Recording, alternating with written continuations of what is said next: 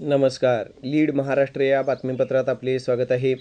आयुक्त सत्यम गांधी साहेब, सांगली, मिरज आणि कुपवाड महापालिकेचा शिंगापूर करा, पण अगोदर तुमची PA आणि मुख्य लेखाधिकारी बदला, अन्यथा तुम्हालाही हेच लोक अडचणीत आणतील. डॉक्टर महेशकुमार कांबळे यांचे नूतन आयुक्तांना विनंतीपूर्वक आवाहन.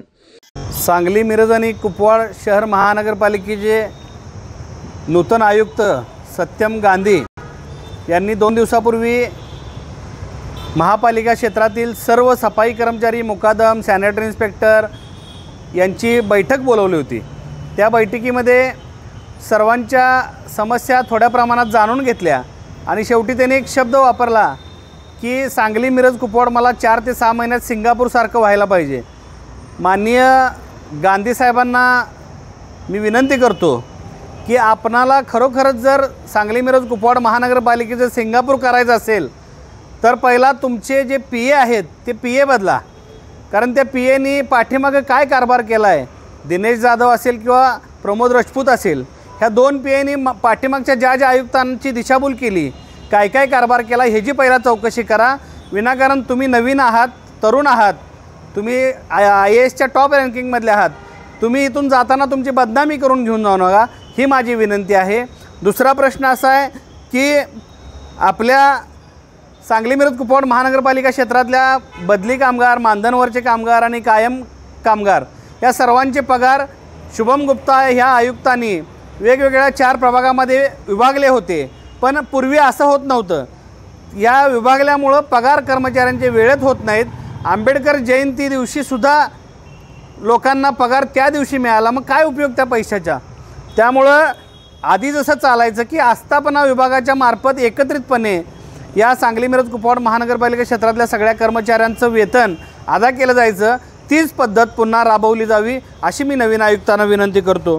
तसेच या गेल्या शुभम गुप्तांच्या कार्यकाळामध्ये अभिजित मेंगडे नावाचे जे मुख्य लेखाधिकारी महापालिकेमध्ये आहेत, 10 ऑक्टोबर 2024 रोजी त्यांची बदली कोल्हापूरला झालेली असताना 3 आयुक्तांच्या बदल्या झाल्या, पण अभिजित मेंगडेंना एकाही आयुक्तानं इथून रिलीव्ह केलेलं नाही.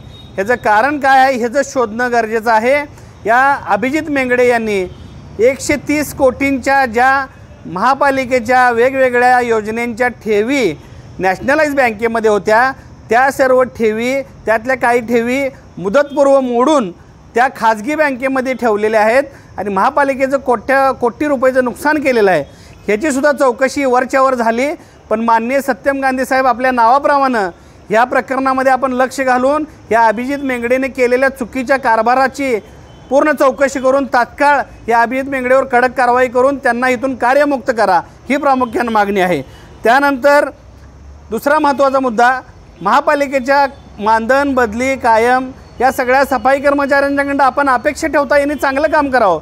पण या कर्मचाऱ्यांची आज शारीरिक परिस्थिती काय आहे, मानसिक परिस्थिती काय आहे, यांचं वेतन वेळेवर होतं का, यांना साहित्य वेळेवर दिलं जातं का, यांचे औषधोपचार मोफत केले जातात का, या कर्मचाऱ्यांचा विमा महापालिकेने उतरवला आहे का, या सगळ्या गोष्टींची सुद्धा चौकशी माननीय सत्यम गांधी साहेब आयुक्त म्हणून आपण करणं गरजेचं आहे. आपण कुटुंब प्रमुख आहात, त्यामुळं ही सर्वात महत्त्वाची गोष्ट आहे. राहिला चौथा मुद्दा सांगायचा आहे की महापालिका क्षेत्रामध्ये उत्पन्नाचा स्रोत वाढवणं.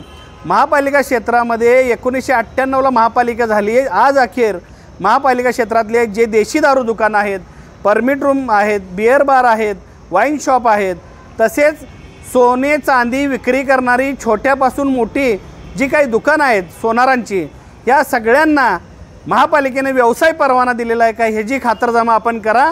यांची जर व्यवसाय परवाना यांच्याकडे नसेल तर या सगळ्यांना व्यवसाय परवाना घेणं बंधनकारक करा, म्हणजे महापालिकेच्या उत्पन्नाचा स्रोत आपोआप वाढेल. अशा पद्धतीची मी आज मान्य आयुक्तांना विनंती करतो. आणि सर्वात महत्त्वाचं पुन्हा एकदा रिपीट करतो की या महापालिकेला लागलेली कीड म्हणजे मुख्य लेखाधिकारी अभिजित मेंगडे नावाचा आहे.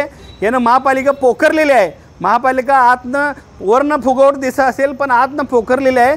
तात्काळ ह्या प्रकरणाची, मेंगडेच्या ठेवी ज्या वर्ग केलेल्या प्रकरणाची चौकशी करून कारवाई करावी.